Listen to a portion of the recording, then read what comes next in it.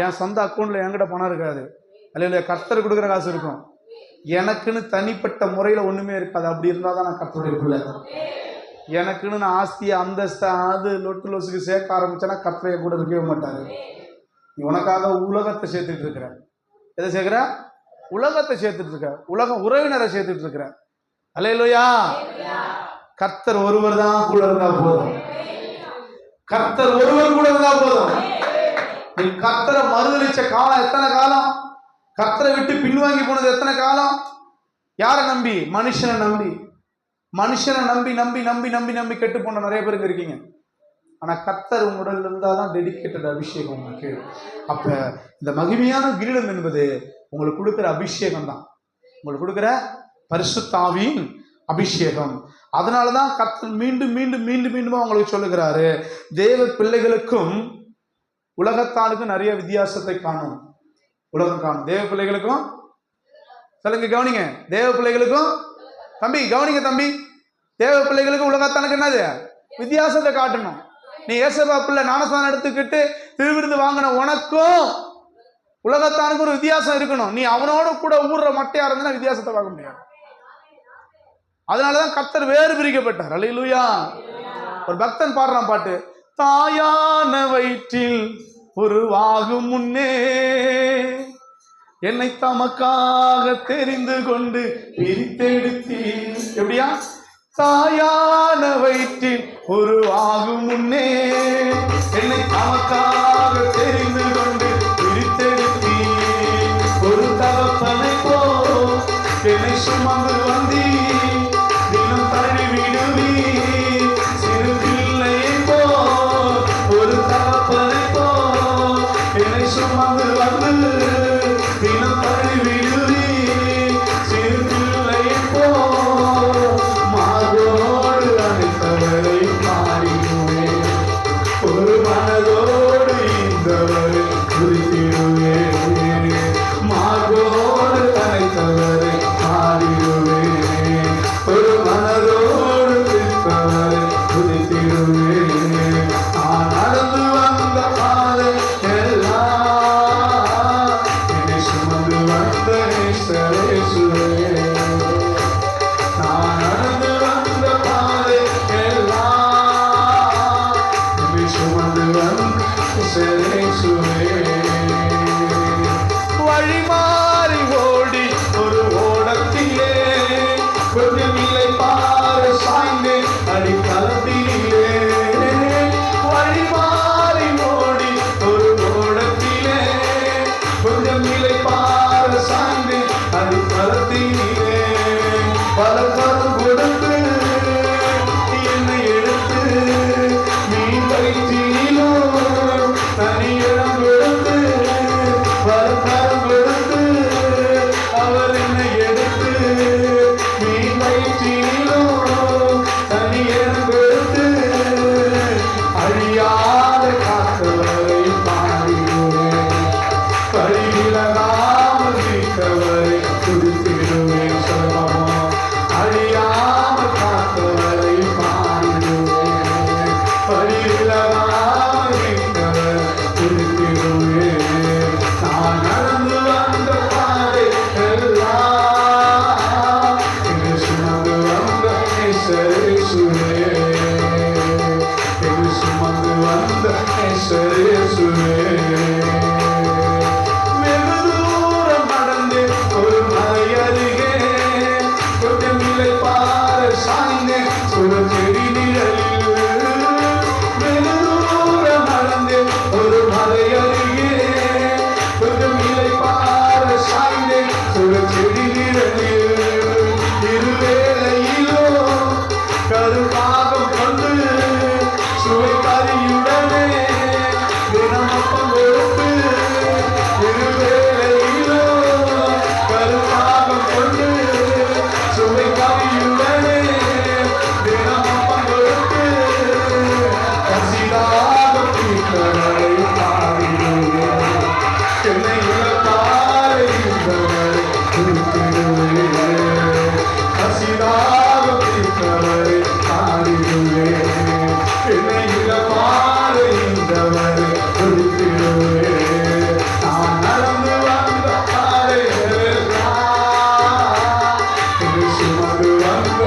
நேசரேசுவே.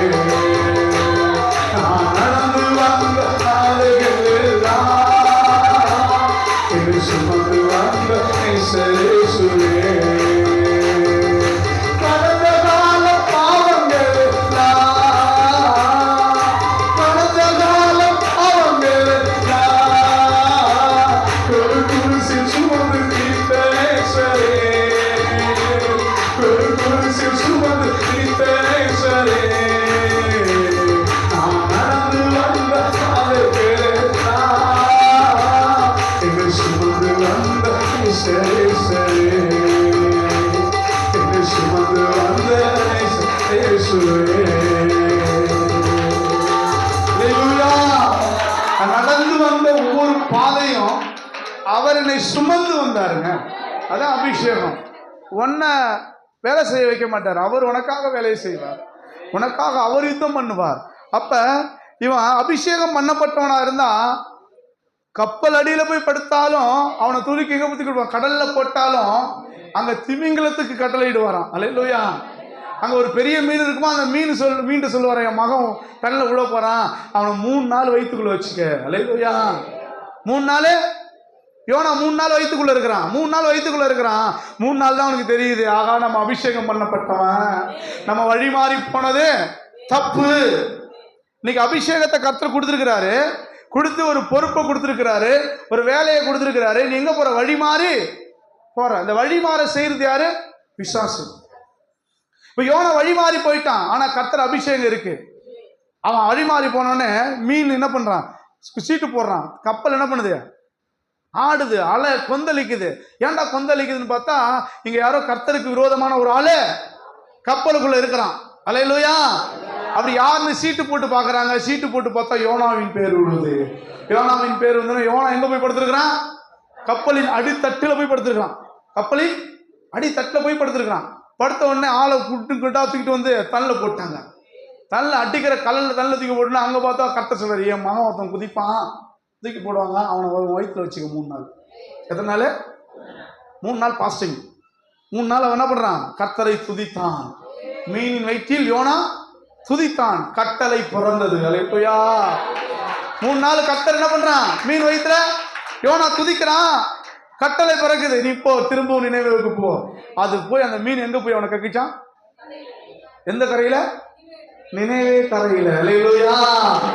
கர்த்தருடைய அபிஷேகம் உங்கள்கிட்ட இருந்துச்சு அப்படின்னா திரும்ப திரும்ப உங்களுக்கு காலிங் கொடுத்துட்டே இருப்பாரு, அழைப்பு கொடுத்துக்கிட்டே இருப்பாரு. போவாத தம்பி, செய்யாத தம்பி, தம்பி தம்பி அக்கா அண்ணன் கொடுத்துக்கிட்டே இருப்பாரு. நீ அதை மீறி போன அங்க மாட்டிப்ப. யார்கிட்ட மாட்டிப்ப, யார்கிட்ட மாட்டிப்பீங்கயா, குள்ள நரிக்கிட்ட மாட்டிப்ப, பன்னிக்கிட்ட மாட்டிப்ப, நாய்கிட்ட மாட்டிப்ப, ஓனாய்கிட்ட மாட்டிப்ப. கர்த்தர் உன்னை மேய்ப்பனா இருக்கிற வரைக்கும் உன்னை கர்த்தர் ஒத்தனை அசைக்க முடியாது.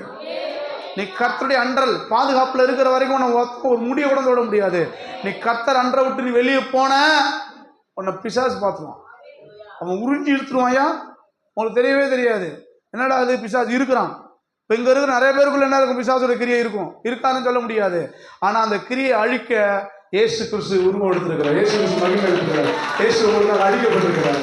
தயவு செய்து அப்ப என்னை கடந்து நான் வந்த பாதையில வேறு பிரிச்ச ஒரு தெய்வம் யாருன்னா ஏசப்பா மட்டும். என்ன பிரிச்சிட்டாரியா? அப்ப உங்க ஊர்ல இருந்து என்ன பண்ணிட்டாரு, வேறு பிரிச்சிட்டார். உங்க ஊர்ல இருந்து உங்களை என்ன பண்ணிட்டாரு, வேறு பிரிக்கிறார். நான் யோசிப்பேன் ஆண்டவர்ட்ட, நான் ஜெபிக்கும் போதெல்லாம் நான் செய்யற காரியங்கள்லாம் பார்த்து உங்களுக்கு புரியாது. நான் செய்யற காரியம்லாம் ஆவியில மட்டும், ஆவி உங்களுக்கு திறந்துட்டா என்ன புரிஞ்சுக்க ஆரம்பிச்சிருங்க. என் அபிஷேகம் உங்களுக்கு தெரியாது. இங்க இருக்கிறதுல என் அபிஷேகத்தை என்ன பண்ணிடுறீங்க, அதான் இப்போ புரியல எனக்கு. என் அபிஷேகம் உங்களுக்கு யாருக்கு தெரியும் அப்படின்னா நீங்கள் ஆவியில் பார்க்கணும். என்ன ஆவியில் பார்த்தா தான் நான் யார், என்னை வச்சு என்ன செய்ய போகிறேன்னு உங்களுக்கு தெரியும். சராசரி பாஸ்டா என்ன பார்த்துறாதீங்க, தயவு செய்து சொல்கிறேன். அப்படி பார்த்தீங்கன்னா இந்த சர்ச்சில் ட்ராவல் பண்ணுறது ரொம்ப கஷ்டமாக இருக்கும். என்னை பார்க்குற பார்வை ரொம்ப முக்கியம். அப்போ நான் யோசிப்பேன், என்ன மட்டும் ஏன் ஆண்டவர் இந்த மாதிரி ரேஞ்சுக்கு கொண்டு போகிறீங்க, என்னை பிரிச்சுக்கிட்டே இருப்பார். அங்கே போகாத, இதை செய்யாத, அதை பண்ணாது, இதை பண்ணாது, இதை பண்ணாது, அங்கே ஏன் அவன்கிட்ட வீணாக பேசுகிற, ஏன் தீமையோடு இது நிற்கிற, அடிக்க வந்தால் கூட கண்ணத்தை காட்டி இந்த உபதேசங்கள்லாம் எனக்கு உள்ளே வந்துக்கினே இருக்கு. ஏன் நம்ம மட்டும் வித்தியாசமாக இருக்கிறோன்னா, கர்த்தருக்குள்ளே இருக்கிற வித்தியாசமாக தான் இருக்கணும். எல்லாரும் கூடயும் இருந்தால் அது பண்ணி தனியாக நின்று தான் சிங்கம். இல்லையா? யூத ராஜ சிங்கத்தோடு கூட நிற்கிறீங்களா நீங்கள், அவங்களா நீங்கள் இருங்க. எல்லாரும் கூடயும் ஓடி ஒண்டிக்கிட்டுலாம் இருக்கக்கூடாதுங்க. தேவைக்கேற்றது பணம். சொல்லுங்க, தேவைக்கு ஏற்ற பணம், தேவைக்கேற்ற பொருள், தேவைக்கு தான் உறவு, தேவைக்கு தான் உறவு. உறவே கட்டிப்பிடிச்சிட்டு இருக்க முடியாது. ஏதோ ஒரு ஃபங்க்ஷன் வைக்கிறியா, ஒரு நல்லது கெட்டதுக்கு உறவு வந்து என்ன பண்ணும், ஏதோ ஒரு உதவிக்காக பண்ணும். ஆனால் அதை காட்டிலும் பெரிய உறவு இருக்குது தெரியுங்களா? ரத்தத்தை பங்கு வச்சு நம்மளை உயிரோடு ஜீவனை மீட்ட உறவு இருக்குல்ல, அந்த உறவுக்கு நீங்க போகணும். அந்த அபிஷேகம் உங்களுக்குள்ள இருக்குதா? நீங்க பிரிச்செடுக்கப்பட்டீங்களா? வேறு பிரிக்கப்பட்டாச்சா? அவங்கள ஆண்டவர் தனித்து வாழ வச்சுட்டாரா? தனியா பிரிச்சுட்டாரா? தப்பா நினைக்காதீங்க. என்ன அந்த அக்கா வந்து தனியா இருக்கு, தனியா போகுது, தனியா, பரவாயில்ல பரவாயில்ல, அதை குறித்து சந்தோஷப்படுங்க. பரலோகம் உங்களுக்குள்ள இருக்கும். நீங்க உங்க தெருவில் போயிட்டு டீ கடையில் போயிட்டு கும்மாளம் பேசிட்டீங்கன்னா நீங்க ஆண்டோட பிள்ளையா இருக்க முடியாது. நீங்க தெருவில் போயிட்டு 4 பேர் கூட என்ன பண்ணா, அந்த ஒரு தெருவில் ஒரு தந்தி மரம் இருக்கும், அந்த தந்தி மரத்தில் ஒரு லைட் இருக்கும், அந்த லைட்டுக்கு கீழே பார்த்தா ஒரு 10 ஆம்பளை பிள்ளை உட்காந்து, ஒரு டீ கடையில் ஒரு 10 பேர், அதில் நின்னீங்கன்னு வச்சுக்கலாம், நீங்கள் ஆண்டோட பிள்ளையா இருக்க முடியாது. ரட்சிக்கப்பட்ட பிறகு இவர் என்ன பண்ணுவார்? அவர் வேலைக்கு போவாருங்க, வீட்டுக்கு வருவார், ஜெபம் பண்ணுவார், சர்ச்சில் பார்க்கலாம், அவரை அங்கே பார்க்கலாம், அவர் இந்த இடத்துல நிற்க மாட்டார் அப்படின்ற ஒரு எண்ணத்தை என்ன பண்ணணும்? உலகம் அவங்கள பார்க்கணும். நீங்கள் என்ன பண்ணுறீங்க? சர்ச்சைக்கு வந்துட்டீங்களோ வந்து என்ன, வாயின் வார்த்தை மாறலை, உள்ள இருக்க செயல் மாறலை, இன்னும் இருக்கிற அந்த ஜென்ம சுபாவம் நமக்குள்ள மாறல. அப்ப நீ வேறு பிரிக்கப்பட்டாதானே அபிஷேகத்தை நீ கண்டுபிடிக்க முடியும். அல்லேலூயா, அல்லேலூயா. கர்த்தர் தனியா கூட்டு வந்துருவாரு. கர்த்தர் என்ன பண்ணுவார்னா, நீங்க வேணா பாருங்க, உலகத்துல அப்படியே சுத்தி செஞ்சு 12 பேர் மட்டும் கேட்சப் பண்ணிட்டாரு. இந்த 12 பேர் எங்க இருக்கிறாங்க? 12 பேர் எங்க இருக்கிறாங்க? ஏசு எங்க போறாரோ அங்க இருப்பாங்க. அதான் வசனம் சொல்லுது. யோவான் எழுதின சுவிசேஷம், யோவான் 12, அதாவது 12ஆம் அதிகாரம் நினைக்கிறேன், வாசிங்க பார்ப்போம். 24, 12:24. மெய்யாகவே மெய்யாகவே நான் உங்களுக்கு சொல்லுகிறேன், கோதுமை மணியானது நிலத்தில் விழுந்து சாகாவிட்டால் தனித்திருக்கு. வாசிங்க. செத்ததாகில் மிகுந்த பலனை கொடுக்கும். கோதுமை மணியானது நிலத்தில் விழுந்து சாகலைன்னா பலன் கொடுக்காது. நிலத்துல விழுந்து அது செத்தாதான் அது பலன் கொடுக்கும். அல்லேலூயா. ஒரு நெல்லை போடுறீங்கன்னு வச்சுக்கலாம், அந்த நெல் என்ன பண்ணும்? வெடிச்சு அது நாசமானதான் உயிர் கொடுக்கும். அது கீழே வாசிங்க. தன் ஜீவனை சிநேகிக்கிறவன் அதை இழந்து போவான். உயிருக்காக போராடுகிறான், உயிருக்காக ஆண்டோட்டு வரீங்களா, உயிருக்காக ஏதாவது செய்றீங்களா, அந்த ஜீவனை இழந்து போவான். இந்த உலகத்தின் தன் ஜீவனை வெறுக்கிறவன் அது நித்திய ஜீவ காலமாய் கர்த்தர் என்ன பண்ற, ஜீவனை கொடுக்கிறவர். நித்திய காலமா அந்த ஜீவன் உங்களுக்குள்ள இருக்கும். ஒருவன் எனக்கு ஊழியம் செய்கிறவனானால் என்னை பின்பற்ற கடவான். என்னை என்ன பண்ணுவானா? ஒருவன் எனக்கு ஊழியம் செய்யறான், ஒருவன் என்னுடைய பிள்ளையா இருக்கிறான், ஒருவன் என்னால் தெரிந்து கொள்ளப்பட்டவனா இருக்கிறானா, அவன் யாரை பின்பற்றணுமா? கர்த்தரை பின்பற்றணும். வாசிங்க. நான் எங்கே இருக்கிறேனோ அங்கே என் ஊழியக்காரனும் இருப்பான். ஊழியம் செய்தால் பிதாவானவர் கனம் பண்ணுவார். அல்லேலூயா. அப்போ ஒருவன் தேவனுடைய பிள்ளையா இருந்தா அவன் எங்க இருப்பான்? அப்ப நீங்க எங்க இருக்கணும் சொல்லுங்க.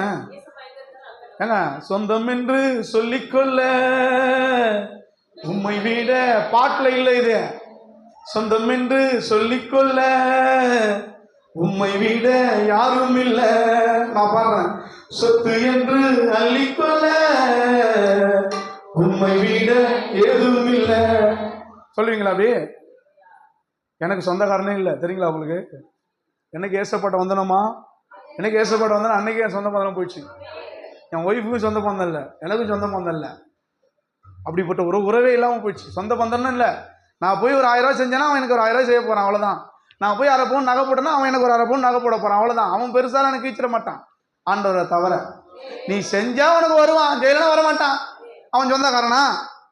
சொந்தம் என்று சொல்லிக்கொள்ள உண்மை விட. அம்மா சொன்னாங்க, எங்க அம்மாவுக்கு ஆபரேஷன் ஐயா, 1.5 லட்ச ரூபா வேணும், பிள்ளைங்க கூட ஒதுக்கிட்டாங்க. அன்னைக்கு அந்த 1.5 லட்ச ரூபா நான் போயிட்டு எங்க அம்மாவுக்கு என்ன பண்ணேன், ஆபரேஷன் முடிச்சுட்டு எங்க அம்மா ஒரு முத்தம் கொடுத்தாங்க. அந்த முத்தத்தை வாங்கும்போது அவ்வளவு பெரிய சந்தோஷம். என்னை வளர்த்தவங்களுக்கு நான் ஒரு உடன்படிக்கை செஞ்சுட்டேன்னு சொல்லிட்டு சந்தோஷம். ஆனா பணம்னு சொந்தக்காரெல்லாம் போயிட்டான். ஆனா நீங்க எந்த சொந்தக்காரனை பிடிச்சிட்டு இருக்கீங்க? சொந்தக்காரன் வருவானா, மொய் வைப்பானா, காசு தருவானா? ஒத்தம் வர மாட்டான். சொந்தம் என்று சொல்லிக்கொள்ள உம்மை விட யாரும் இல்லை, சொத்து என்று அள்ளிக்கொள்ள உம்மை விட எதுவும் இல்லை, சொந்தம் என்று சொல்லிக்கொள்ள உம்மை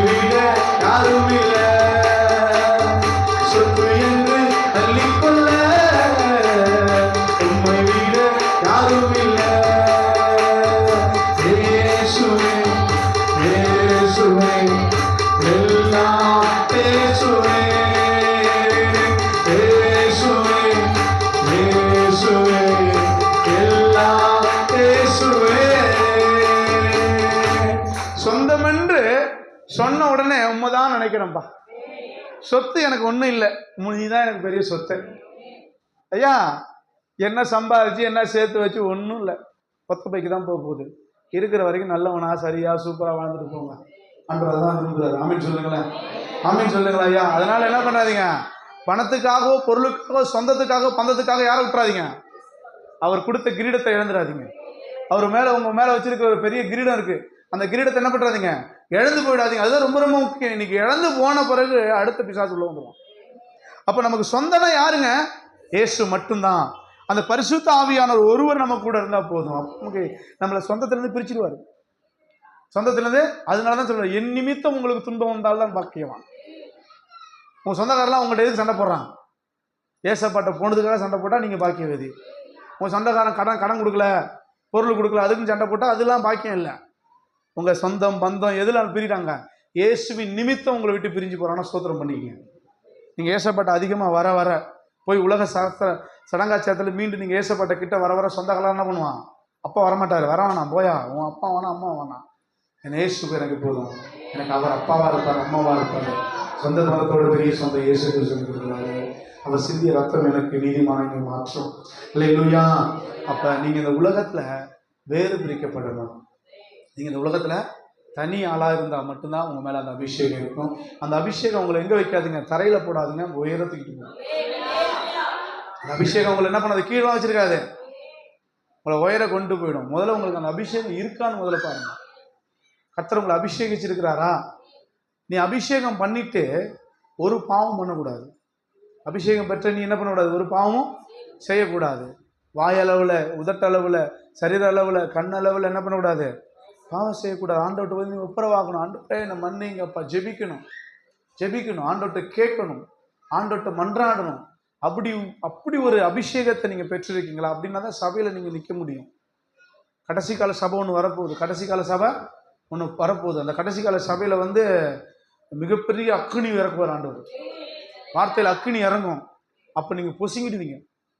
அப்போ ஒரு கூட்டம் பின்மாற்றத்துக்கு என்ன பண்றோம், ஓடுறோம். இது தாங்க முடியாது, நமக்கு ஏற்ற சபை இல்லை நமக்கு அப்படின்னு ஒரு கூட்டம் போவோம். ஆனா அதுலயும் அக்கினியா நிலைநிற்கிறான் பாருங்க. கடைசி கால சபையில வந்து ரொம்ப ஸ்ட்ராங்கா அக்கினியா வார்த்தை போடுவார், அக்கினி வார்த்தையை போடுவார். இதோ அக்கினியை நான் போட வந்தேன், அது இப்பொழுதே பற்றி எரியினா என்ன அர்த்தம் நினைக்கிறீங்க? அக்கினினா அந்த நெருப்பு அக்கினி இல்லை, வசனம் என்கிற அக்கினி. வசனம் என்கிற அக்கினியை சபையில போடுவார், அது பற்றி எரிய ஆரம்பிக்கும். இப்ப நீங்க பாட்டு பாடும் போது சில ஆளுக்கு என்ன பண்றீங்க, ஆவில அந்த மாதிரி இது வந்து 1 பாயிண்ட், நான் சொல்றது 100 பாயிண்டா மாறும். 1% ஒரு அக்கினி இறங்கின மாதிரி இருக்கும் உங்களுக்கு. நான் சொல்றது 100% அக்கினியா மாறும் சபை. அப்படி அக்கினியா மாறினா அக்கினியை எதுக்கு போடுவாங்க? எதுக்கு அக்கினி போடுவாங்க? தேவையில்லாதெல்லாம் எரிஞ்சு போயிடும். அதான் அக்கினியில புடமிடப்படுவார்கள். அல்லேலூயா. வசனம் சொல்ற அக்கினியில புடமிடப்படுவாங்க. அப்ப நம்ம எல்லாரும் அக்கினியில தூக்கி போட்டா நான் பொன்னாக விளங்குறேன்னா பாக்குறது அக்கினி. அக்கினி புடமிடுதல் எதுக்கு? வசனம் எதுக்கு? வசனம் சபையில பேசப்படுதுன்னா அது நல்ல சபை. வசனத்தினால உங்களை சபை கண்டிக்குதுன்னா அது ஒரிஜினல் சபை. அந்த சபையில நீங்க எத்தனை நாள் வேணாலும் இருக்கலாம், சாகர வரைக்கும் இருக்கலாம். வசனம் சொல்லாத சபை உங்களை அக்கினியில போடாது. வசனம் உங்களை சுட்டரிக்கணும், வசனம் உங்களை குத்தணும், வசனம் உங்களை மாத்தணும், வசனம் உங்களை அக்கினியாய் சுட்டரித்தா மட்டும்தான் அந்த சபை நீதி உள்ள சபை. வசனம் பேசாத சபை அந்த சபையை என்ன பண்ணது, நீதி உள்ள சபையே இருக்காது. அப்போ உங்களுக்கு வந்து ஒரு வார்த்தை சொல்லும் போது, ஒரு காரியம் சொல்லும் போது அது எனக்கு பேசுற மாதிரி இருக்குன்னா அது கர்த்தர் உங்களுக்காக தான் பேசினார், உங்களுக்காக மட்டுமே தான் பேசினார் நீங்க நினைச்சாதான் அது சபை. அப்ப கர்த்தர் என்ன செய்வார், கடைசி கால சபையில ஒரு அக்கினியை போடுவார். கடைசி கால சபையில ஒரு அக்கினியை போட்டு அவர் உங்களை என்ன பண்ணுவாரு, புடமிடுற காலம் வரப்போகுது. அதனாலதான் நான் சொன்னேன், கொஞ்ச நாளுக்கு முன்னாடி நான் ஒரு விஷயத்த சொல்லியிருப்பேன். எத்தனை பேர் அதை அங்கீகரிச்சிங்கன்னு தெரியாது. இன்னி கடைசி காலத்துல ஜனவரி மாசத்துலேருந்து போச்சிருப்பேன். இந்த சபையில சிலர் வராத போவாங்க, சிலர் சபையில வராத போவாங்க, வார்த்தையை கேட்டு அவங்களால பொறுக்க முடியாது, அது குத்தலா இருக்கும், பிச்சுக்கிட்டு போற நிறைய பேர் வருவாங்கன்னு சொன்னா இன்னைக்கு போகும். சபையில சத்தியத்துக்காக நிக்கிற ஒரு கூட்டத்தை கர்த்தர் தேடி கொண்டிருக்கிறார். வாழ்வானால் சாவானால் சத்தியத்துக்காக ஒரு கூட்டத்தை தான் கர்த்தர் தயவு செய்து உங்க மேல மகாபிரிய அபிஷேகத்தை வச்சிருக்கிறார். ஐயா உங்க மேல ஒரு பெரிய அபிஷேகத்தை வச்சிருக்கிறாரு. உங்களை ஒருத்தன் கடிந்து கொள்றான், உங்களை ஒருத்தன் திட்டானா அவன் நல்லவனா தான் இருக்க முடியும். கெட்டவர்கள் உங்களை கடிந்து கொள்ளவே மாட்டாங்க. உங்களை ஒருத்தவங்க திட்டுறாங்க, உங்களை ஒருத்தவங்க கண்டிக்கிறாங்க, நீங்கள் பண்ணுறது சரியில்லை, இது தப்பியான ஒருத்தவங்க யாராவது உங்களை கேட்குறாங்கன்னா அவங்க நல்லவங்களா மட்டும்தான் இருக்க முடியும். கெட்டவங்க கண்டுக்கவே மாட்டாங்க. அவன் எப்படியாவது போனால் போகிறான்னு விட்டுருவாங்க.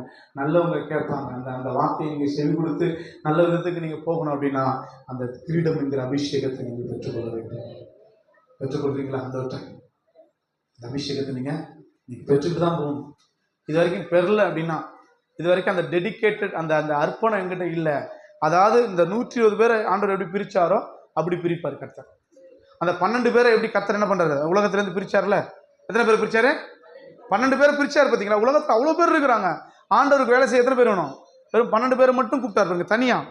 இந்த 12 பேர் அவர் சந்தித்த வேலைலாம் பார்த்தீங்கன்னா ரொம்ப ரொம்ப ஆச்சரியமா இருக்கும். அதே மாதிரி 70 பேர் எடுக்கிறாரு, பிரிக்கிறாரு. அப்புறம் என்ன வர்றாரு? 120 பேரா மாறுறாங்க. அப்புறம் என்ன மாறுறாங்க? 3000 பேர், 5000 பேர். இன்னைக்கு கோடிக்கணக்கில் இன்னைக்கு ஆண்டவருக்காக நிற்கக்கூடிய அபிஷேகம் பண்ணப்பட்டவர்கள் இருக்காங்க. அதனாலதான் சபை பாஸ்டுக்கு என்ன அபிஷேகம் இருக்கு, சபைக்கு என்ன அபிஷேகம் இருக்குன்னு தெரியணும் உங்களுக்கு. சபைக்கு இந்த சபையில காலை வச்சாலே பேய் நடுங்கணும். இந்த சபையை பார்த்து என்ன பண்றோம்? மந்திரவாதிகள் ஓடணும், தலை தெரிக்க. இந்த சபைக்கு, இந்த சத்தியத்துக்கு தூணாய் சபை மக்களை கத்த நிறுத்தணும். சாதாரணமாலாம் இருந்துடக்கூடாது. சபையில் இருக்கிற மக்கள்லாம் பயங்கரமா மாறணும். அப்படிப்பட்ட நாட்கள் வரப்போகுது. அதுக்கு உங்களுக்கான ஒரு தகுதியை கர்த்தர் வச்சிருக்கிறார். அந்த தகுதியை இழந்துடாதீங்க. அந்த கிரீடத்தை இழந்துடாதீங்க. அதை இழந்துட்ட உடனே பிசாசு வந்துடுவான். அதை இழந்துட்ட உடனே யார் வருவா? எப்ப அவன் கிரீடத்தை இழப்பீங்க? இப்ப நான் ஒன்று சொல்லட்டுங்களா ஒரு விஷயம். நீங்க பாவம் செஞ்சிட்டீங்க, உங்களுக்கு ஒரு தகுதி இருக்கு, ஒரு தகுதியை நீங்க இழந்துட்டீங்க. ஒரு பாவம் செஞ்சிட்டீங்க. ஒரு பாவம் செஞ்சுன்னு உங்களுக்குள்ள என்ன வரும்?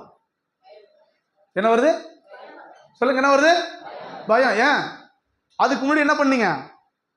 ராஜா மாதிரி நின்ன நீங்க ஒரு சின்ன பாவம் செஞ்சோன்னு பயம் வருது. வருதா? ஏன் பயம் வருது? எதுக்கே பயம் வருது? நீங்க என்ன பண்ணிட்டீங்க? அதை இழந்துட்டீங்க. அந்த கிரீடம் இருக்கிற வரைக்கும் உங்களை பாவம் செய்ய வைக்காது. அப்ப அந்த கிரீடத்தை நீங்க இழக்கிறதுக்கு உங்களுக்குள்ள பயத்தை உண்டு பண்ணுவான். உங்களுக்கு என்னத்தை உண்டு பண்ணுவான்? பயத்தை உண்டு பண்ணுவான். பயத்தை உண்டு பண்ணி பயப்பட ஆரம்பிப்பீங்க.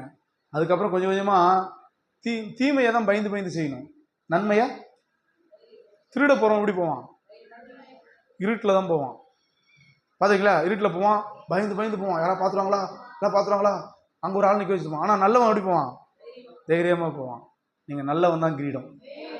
அபிஷேகம்னா ராஜாதி ராஜாவோடு அப்படி கம்பீரமாக நடந்து போகிற மனுஷனாக நீங்கள் இருக்கணும்னு ஆண்டவர் விரும்புகிறாரு. பயந்து வாழ்கிற மனுஷனாக இருக்கக்கூடாது. பேய்க்கு பயப்படுறீங்க, பிசாசுக்கு பயப்படுறீங்க, அவனுக்கு பயப்படுறீங்க, யாருக்கும் பயப்படாதீங்க. இயேசுவுக்கு மட்டும் பயப்படுங்க. ஒரு வார்த்தைக்கு கட்டுப்படுங்க. அதுதான் அபிஷேகம். அப்போ கர்த்தர் நீங்கள் அபிஷேகம், அந்த அபிஷேகம் உங்களை விட்டு எடுத்துக்கொள்ளப்படுங்கிறதையும் வசனம் சொல்லுது. அபிஷேகத்தை உங்களுக்குள்ள இருக்குன்னு வச்சிங்களேன், அந்த அபிஷேகம் எடுக்கப்படும். எப்போ எடுக்கப்படும்? நீங்கள் கர்த்தருக்கு விரோதமாக எழும்பும்போது. எடுத்தாச்சு. சவுலுக்கு விழுந்து கொடுக்கப்பட்டது. சவுலுக்கு கொடுக்கப்பட்ட அபிஷேகத்தை கர்த்தர் எடுக்கிறார். எடுத்த உடனே என்ன வருது? உள்ள பொல்லாத ஆவி உள்ள வருது. அப்ப இன்னைக்கு மனுஷர்கள் இன்னைக்கு வஞ்சிக்கப்படுறதுக்கு காரணம் என்ன? அவங்களா செய்யல தப்புலாம், அந்த பொல்லாத ஆவிய கூப்பிட்டுக்கிறாங்க. எல்லாத்தையும் பொல்லாத ஆவி போவாது. அப்ப மனுஷனுக்குள்ள என்ன ஆவி போகுது? பொல்லாத ஆவி போகுது. பொல்லாத ஆவி எங்க இருக்கு? பிசாசு. வானமண்டல இருக்கிற பொல்லாத ஆவிகள், வானமண்டலத்தில் இருக்கிற பொல்லாத ஆவி. எப்படா இவன் நம்மளா மாறுவான் அப்படிங்கிறத ரொம்ப கங்கணம் கட்டி தெரிஞ்சுக்கிட்டு இருக்கிறான். அவனுக்கு தெரியாது. அவனுக்கு என்ன பண்ணாதியா? உங்களுக்கு தெரியாது. பிசாசு தான் பேசுறானா இயேசு தான் பேசுறான்னு தெரியாது. பிசாசு தான் பேசுறானா இயேசு தான் பேசுறாங்கிறதுக்கு தான் அவங்களுக்கு என்ன வேணும்? அபிஷேகம் வேணும். இல்லைன்னா அதான் சொன்னேன், அபிஷேகம் இருந்தாதான் இந்த சபையில நீங்க டிராவல் பண்ண முடியும். அதாவது இந்த சபை பரலோகம் போற வரைக்கும் இந்த சபையோடு நீங்க இருக்க முடியும். ஒருவேளை பரலோகம் லேட்டா வருது, தாமதிக்குதுன்னா நம்ம செத்து போன கூட பரலோகம் போயிடலாம். நம்ம பிள்ளைகள் பரலோகம் போகலாம், நம்முடைய ஜனம் பரலோகம் போகலாம், நம்ம சுவிசேஷம் சொல்றவங்க பரலோகம் போகலாம். அந்த இடத்துக்கு கொண்டு போகணும் அப்படின்னா சபையின் அபிஷேகமும் ஊழியக்கார அபிஷேகமும் உங்களுக்கு என்ன பண்ணும்? தெரிஞ்சுக்கணும். உங்களுக்கு இருக்கிற அபிஷேகம் என்னன்னு தெரிஞ்சிருக்கணும். நீங்க அபிஷேகம் பெற்றிருக்கீங்களா? உங்க மேல அபிஷேகம் இருக்கா? அபிஷேகம் பெற்றுக்கிறீங்களா? என்ன அபிஷேகம் பெற்றுக்க போறீங்க? அபிஷேகம் ஒன்று இருக்கா உங்களுக்குள்ள? நீங்க அபிஷேகம் பெற்ற பிறகு உங்க உங்க உங்க வாழ்க்கை டிஃப்ரெண்டா சேஞ்ச் ஆகும். பொய் சொன்னவங்க பொய் சொல்ல மாட்டாங்க, திருடினவங்க திருட மாட்டாங்க, சிகரெட் பிடிச்சவங்க சிகரெட் பிடிக்க மாட்டாங்க, தண்ணி அடிச்சவங்க தண்ணி அடிக்க மாட்டாங்க. சின்ன சின்ன சேஞ்சஸ் என்ன பண்ணும்? வரும். முன்னாடி கோவம் இருக்கும், அந்த கோவம் அப்படியே என்ன பண்ணும்? ஜோக்கராக கூட மாறிடுவாங்க. நிறைய மாற்றங்கள் வரும் அபிஷேகம் பண்ணப்பட்டதுக்கு. இந்த நான் உங்கள்கிட்ட கடைசியாக ஒரு கேள்விப்பட்டு கேட்குறேன். உங்களுக்கு அபிஷேகம் நீங்கள் பெற்றிருந்தீங்க அப்படின்னா உங்ககிட்ட வாழ்க்கையில் ஒரு சேஞ்ச் இருந்திருக்கும். சும்மா ஒரு நாள் சேஞ்ச் இருக்காது, வாழ்க்கையே சேஞ்ச் ஆகிருக்கும். முன்னாடி மாதிரி இல்லை அந்த பையன், முன்னாடி மாதிரி இல்லை அப்படின்ற அளவுக்கு இருக்கும். அப்படி ஏதாவது உங்கள்கிட்ட மாற்றம் வந்திருக்கா? ஓகே, அம்மா. ஆமாம். திரண்ட ஆஸ்தி, உயர்ந்த கல்வி, செல்வாக்குகள் எனக்கு இருப்பிலும் குருசை நோக்கி பார்க்கும் எனக்கு உரிமை பெருமை எல்லாம் உரிமை பெருமைகள் யாவும் அற்பமே அப்படின்றது. இப்போ அவங்க என்ன பண்ணுறாங்கன்னா, நல்லா படிச்சிருக்கிறாங்க, அவங்க அம்மா அந்த காலங்களிலே நர்ஸாக இருந்திருக்கிறாங்க. என்ன பண்ணுறாங்க, அவங்க ஒரு ஆர்சி பேக்ரவுண்டு, அவங்க குடும்பம்லாம் ஆர்சி பேக்ரவுண்டாக இருந்தாங்க, சென்னையில் வசித்தாங்க. இன்றைக்கி என்ன பண்ணுறாங்க, தன் தாய் வீட்டுக்கு வந்து இருக்கிறாங்க. இருக்கும் பொழுது அந்த மேன்மையெல்லாம் விட்டுட்டாங்கன்ட்டு சொன்னாங்க. அவங்க அதை தான் சொல்கிறோம். அந்த மாதிரி ஒரு மாற்றம். முன்னாடி மாதிரி இல்லை. இப்போ யாருக்காவது ஏதாவது செய்யணும் போல தோணுது, என்கிட்ட இல்லை, நான் அப்படி இருக்குன்னு நினைக்கிறேன், ஐயா நான் அப்படி வாழணும்னு நினைக்கிறேன், ஞானஸ்தானமே முழுக்க ஞானஸ்தானமே எங்கள் குடும்பத்தில் யாரும் எடுக்கவே மாட்டாங்க, நான் எடுத்தேன் அப்படின்ற ஒரு மாற்றம். வேற உங்களுக்கு என்ன மாற்றமா? முடிச்சிட்டேன் அபிஷேகம். என் வார்த்தையை கேட்டு மாறுச்சா? முன்னாடி மாதிரி இல்லை, இல்லை. ஒரு நாள்லாம் சொல்லக்கூடாது, பிரசங்கத்தை கேட்கறதுலாம் இருக்கக்கூடாதுங்க. இந்த பிரசங்கத்தை கேட்ட பிறகு ஒரு மாற்றம் வரும் நமக்கு, அது இல்லை. நீங்க பிரசங்கத்தை கேட்கும் போது இங்க எல்லாம் அப்படி மாறும் நினைப்பீங்க, ஆனா வெளியே போய் காலை வச்ச உடனே வரும் பாருங்க பேய். நான் காத்திருக்கிறேன், வாருங்கள், நீ என்னெல்லாம் பிரசங்கம் பண்ணாலும் மாட்டேன், என் கூட்டம் ஒன்று உள்ள வச்சிருக்கிறேன் பாரு. இப்ப பாரு, தட்டு எடுக்கக்குள்ளே காட்டுற மாதிரியாங்கள ஒரு ஆளணும், தட்டு எடுக்கக்குள்ளே காட்டுற பாருணும். இல்லையா? சபை முடியறதுக்குள்ளே ஒன்று ஒரு ஆள் திட்ட வைக்கிறோம் பாருன்னுவான். சபை முடியறதுக்குள்ளே ஆமா இவர் பிரசங்கம் பண்றாரு ஒரு விஷயம் சொல்லிட்டு போவோம். இவ்வளோ நேரம் கத்தி கோவம் வந்துடும், கடைசி கட்டத்தில் கோவம் வந்துடும். பார்த்துறீங்களா? அப்படிலாம் ஒரு ஆளுக்குலாம் வருது, ஆவியான வெளிப்படுத்துறாரு. அப்போ பிரசங்கத்தை கேட்டவனே வர்றதில்லை மாற்றம். உங்கள் வாழ்க்கையில் ரட்சிக்கப்பட்டு ஒரு 15-20 வருஷமாக நான் அந்த சபைக்கு வந்து 15 வருஷமாக சபைக்கு வந்துட்டு இருக்கிறேன், 10 வருஷமாக வந்துட்டு இருக்கேன், 2 வருஷமாக வந்துட்டு இருக்கேன். நான் இங்கே வந்ததுலேருந்து நான் கொஞ்சம் என்ன ஆயிட்டேன், எனக்குள்ள ஒரு மாற்றம் வந்துச்சு. அம்மா நீங்கள் வேற யாருக்கா மாற்றம் வந்துச்சா? மாற்றம் வந்திருக்கு. இல்லையா? ஓகே, வேற ஐயா குமார், வேற யாரு மாற்றம் வந்திருக்கா? சூடு ஸ்வரணம் மான ஈனம் வெக்கம் எல்லாம் போகணும் இயேசுவின் நாமத்தினால. பொல்லாத ஆவிகளா மாற்றமே வராமல் உட்காந்துறீங்க. இன்னும் ஷாவில் ஜென்மாவி சொல்லுங்க. இயேசுவின் நாமத்தினால யாருக்கெல்லாம் மாற்றம் வரலையோ அவங்களுக்கு சொல்கிறேன். இயேசுவின் நாமத்தால எனக்கு உள்ளே இருக்கிற அந்த குட்டி பிசாசு கோபத்தை கொடுக்குறான், மற்றவங்க குறித்து கோல் பேச வைக்கிறான், மற்றவங்க குறித்து என்ன பண்ணுறான், குறை பேச வைக்கிறான். இந்த மாதிரியெல்லாம் கோல் பிசாசு என்ன பண்ணுவான், உள்ளே இருந்துகிட்டு இருக்கான். அவனை இயேசுவின் நாமத்தினால அது நீதி, அதாவது மெய்யான நீதியையும் பரிசுத்தத்தையும் தரித்து உள்ளான மனுஷனை கலைத்து, பொய்யான மனுஷனை கலைத்து நீதியும் பரிசுத்தமாகிய மெய் தேவனாகிய அவரை தரித்துக் கொள்ளுங்கள். அப்ப யார் சாவணும்? யார் சாவணும்? யார் சாவணும்?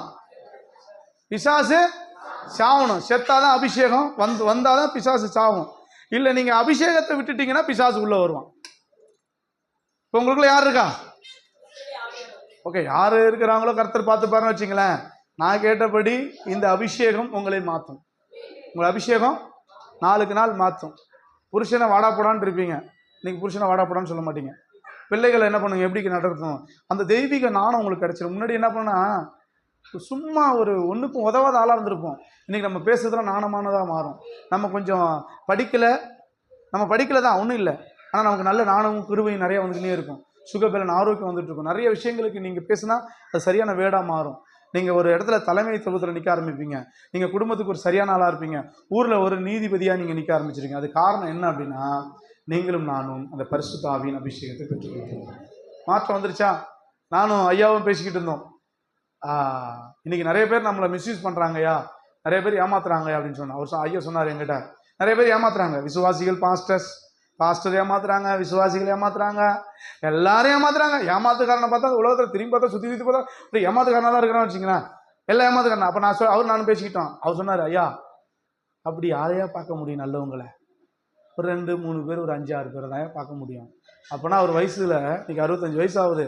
அவர் வாழ்க்கையில் 5-6 பேரை தான் பார்த்துருக்காரு நல்லவங்களா. அல்லேலூயா. அப்போ எவ்வளோ பேர் கெட்டவங்களா இருந்திருக்காங்க பாருங்க. ஆனால் பரிசுத்த ஆவியின் அபிஷேகம் வந்துருச்சு அப்படின்னா டெடிகேட், அதாவது அர்ப்பணம் செய்கிற ஒரு ஆவியான வந்துட்டாங்கன்னா ஊருக்கு ஒன்று வேறு பிரிச்சுடுவார். இவர் பெற்றுக்கிட்டீங்களா அபிஷேகத்தை? யாருக்கெல்லாம் வேணும்? பிறந்த பிள்ளையா போக போறீங்க. இப்போ என்ன போறீங்க? பிறந்த பிள்ளையா போக போறீங்க. எத்தனை பேருக்கு பிறந்த பிள்ளையா மாறணும் ஆசைப்படுறீங்க? நான் பைபிள் காலேஜ் இப்போ பைபிள் ஸ்கூல் படிக்கும்போது அபிஷேகத்தை பற்றி கிளாஸ் எடுத்தாங்க. எனக்கு அபிஷேகத்தை பற்றி எடுத்தாங்க. நாங்கள் ஒரு 120 பேர் படித்தோம். 120 பேரில் என்ன பண்ணிட்டாங்க, எல்லாம் படிக்கிறோம். படிச்சுட்டுக்குள்ள ஒரு 120 பேரில் கிட்டத்தட்ட 110 பேர் தேவ அபிஷேகத்தை பெற்றுட்டாங்க. அபிஷேகத்தை பெற்றுட்டாங்க. அங்கெல்லாம் அபிஷேகம் பெறலைன்னா பாவி. நீங்களும் பாவி தான். அபிஷேகம் யாரெல்லாம் பேர்லையும் அவங்களாம் பாவி. சொல்கிறேன், அபிஷேகம் யாரை பேர்லையும் அவங்க பாவி. சரிங்களா? அதை நீங்கள் நினைவில் வச்சுக்கலங்க. அங்கே பாவி அப்படின்னும் போது 10 பேர் பெறலை. நாங்கள் 10 பேர் என்னது? நாங்கள் 10 பேர் யாரு? பாவி. இந்த 10 பேர் பெறலன்னு எங்களுக்கு ரொம்ப மனசு கஷ்டமா இருக்கும். எல்லாம் அந்நிய பாஷை பேசுவாங்க, எல்லாம் ஆவில் நிறைய. எங்களுக்கு என்ன இருக்கும்? ஐயோ என்னடா நமக்கு வரலையே, என்ன பாவம் செஞ்சோம், ஏசப்பா எங்கள் பாவத்தை மன்னிங்கப்பா அன்று அழுவோம். வரும் பாவியும் வராது எங்களுக்கு. அழுது அழுது அழுது அழுது அழுது அழுது என்ன பண்ணுவோம்?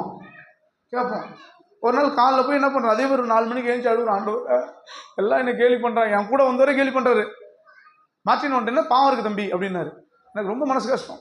என்ன பண்ணுறது? காலைல எழுந்து ஜெபம் பண்ணுறேன். அப்போ தான் ஆண்டவர் சொல்கிறாரா, ஆண்டவர் என்ன சொன்னார்? எரேமியா 1:5 எனக்கு சொன்னது.